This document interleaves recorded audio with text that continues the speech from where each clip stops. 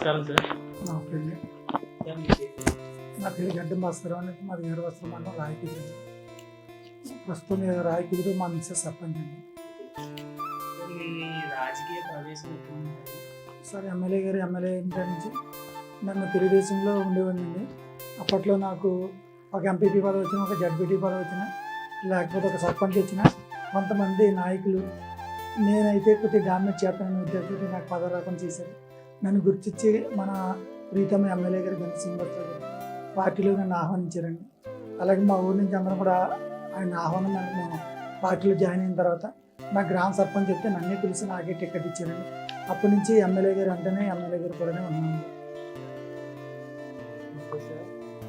మీ 40 ఏళ్ల రాజకీయ చరిత్రలో పులపర్తి రామాంజనేయులు గారికి అలాగే మీ శాసనసభ్యులు గ్రంథి శ్రీనివాస్ గారికి మధ్యలో వ్యత్యాసం ఏమన్నా చెప్పగలరా అండి?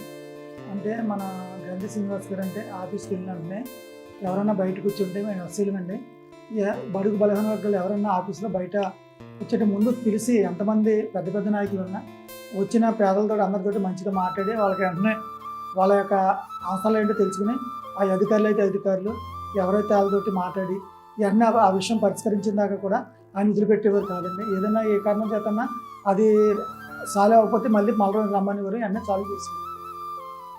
మీ 40 ఏళ్ల రాజకీయ అనుభవంలో మీ శాసనసభ్యులు గంధి శ్రీనివాస్ గారికి అలాగే పులపర్తి రామాంజనేయులు గారికి గల వ్యత్యాసం చెప్పగలరా? వ్యత్యాసం అంటే అంజబాబు గారికి మన గంధి శ్రీనివాస్ గారికి తేడా ఏంటంటే ఏదైనా విషయం ఉందంటే వెంటనే ఆయన దృష్టికి తీసుకెళ్తే దాన్ని ఇమ్మీడియట్గా పరిష్కరించి ఆ యొక్క అధికారులతోటి కానీ అనాధికారులతోటి కానీ రాజకీయ నాయకులతోటి కానీ ఏ అవసరమో దాన్ని పరిష్కరించే వరకు కూడా ఆయన నిద్రపోడు. ఆయనకి బాగా ఎస్సీ బీసీ ఎస్టీలు అంటే చాలా ఇష్టం. మాకు ఏ ఆపద వచ్చినా ఆయన ముందుండేవారు. కాబట్టి అంజబాబు గారికి ఈయనకి తేడా ఏంటంటే ఈయన వెంటనే పరిష్కరించేస్తారు ఏ విషయమైనా. ఆయన ఆలోచించి చేద్దాంలో అనుకుంటారు. ఆయన దగ్గర కూడా నేను పనిచేశాను. దానికి ఈయనకి ఏంటంటే ఈయన స్పీడు బాగా ఏదైనా పని అయిపోవాలి. పని అయినాక నిద్రపోరండి. బాగా మా ఎస్టీలని బీసీలని బాగా ఆదరిస్తారు, బాగా చేస్తారు సార్ ఈ పని అయినా సరే. మీ ప్రియతమ శాసనసభ్యులు గ్రంథి శ్రీనివాస్ గారు 2004 నుంచి 2009 వరకు అలాగే 2019 నుంచి ప్రస్తుతం 2024 వరకు చేసిన అభివృద్ధి కోసం ఏమన్నా చెప్పగలరండి? నేను చెప్పగలను సార్. ఎందుకంటే మా గ్రామాభివృద్ధి గురించి ఎమ్మెల్యే గారు చాలా పాటుపడ్డారండి. సుమారుగా ఒక 2 కోట్లతోటి మా ఊర్లో అక్కడక్కడ అంతర్గత రహదారులకి సీసీ రోడ్లు వేసారండి. అదేవిధంగా ఒక సచివాలయం కట్టారండి, ఒక రైతు భరోసా కట్టారండి, ఒక వాటర్ ట్యాంక్ కట్టారండి వాటర్ ప్రాబ్లం అయితేనే. అదేలాగా రీసెంట్గా ఇప్పుడు ఒక సీసీ రోడ్డు రాయకుదురు టు పంజావరం 2 కోట్లన్నర తోటి దాన్ని కూడా పూర్తి అయిపోయిందండి. అదేవిధంగా రాయకుదురుకి ఎన్నడూ లేనిది ఒక హై స్కూల్కి ఒక జూనియర్ కాలేజీ తెచ్చారండి. మేము వీరవస్త్రం వెళ్ళాలని మా పిల్లలు చాలా ఇబ్బంది పడేవారు. అటువంటి జూనియర్ కాలేజీకి కూడా మాకు ఊరికి వచ్చిందండి. దాని వాళ్ళ పర్సంటేజ్ ఏంటంటే 500 మార్కులకి 450 మార్కులు సుమారుగా వచ్చి 15-20 మంది పిల్లలు పాస్ అయ్యారండి.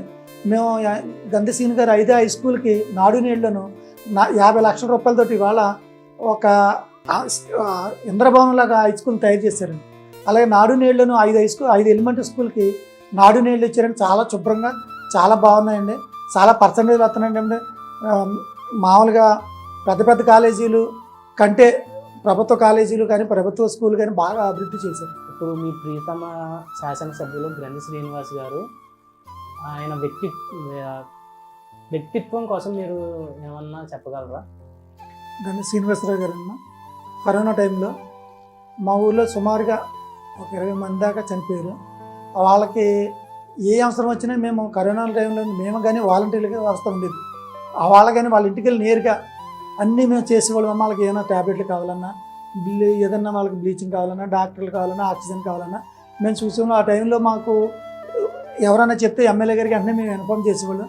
ఆయన వెంటనే పలానా హాస్పిటల్ ఉందండి, ఇమీడియట్లీ మీరు తీసుకెళ్ళి వరమగారి హాస్పిటల్ అనండి, ఆ ఏలూరు ఆశ్రమ హాస్పిటల్కి చుట్టుపక్కల ఏ హాస్పిటల్ ఉన్నా మన ఎమ్మెల్యే గారు స్పందించి ముందు అలా ప్రజల యొక్క ఆరోగ్యాల గురించి ఆయన ఆ కరోనానే తెగించి అన్ని ఏర్పాట్లు చేసేవారు.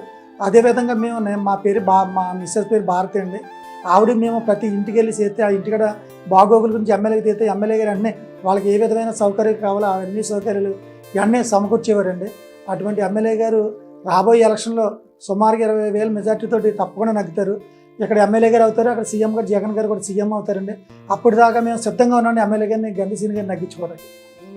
మీ గ్రామం నుంచి గ్రంథి శ్రీని గారికి ఎంత మెజారిటీ వస్తుందని అనుకుంటున్నారు సార్ మీరు? మా ఊరు నుంచి మా ప్రీతమ్మ ఎమ్మెల్యే గంధి గారికి కానీ ఉమాబాలక్ గారికి కానీ మా ఊరిని సుమారుగా 1000 ఓట్లు మెజార్టీ ఇస్తామండి. ఇది వరకు 500 చిల్లర వచ్చింది అంటే ఇప్పుడు సుమారుగా 1000 ఓట్లు ఇద్దరికీ కూడా మెజార్టీ ఇస్తామండి. Okay sir, thank you sir. నమస్కారం.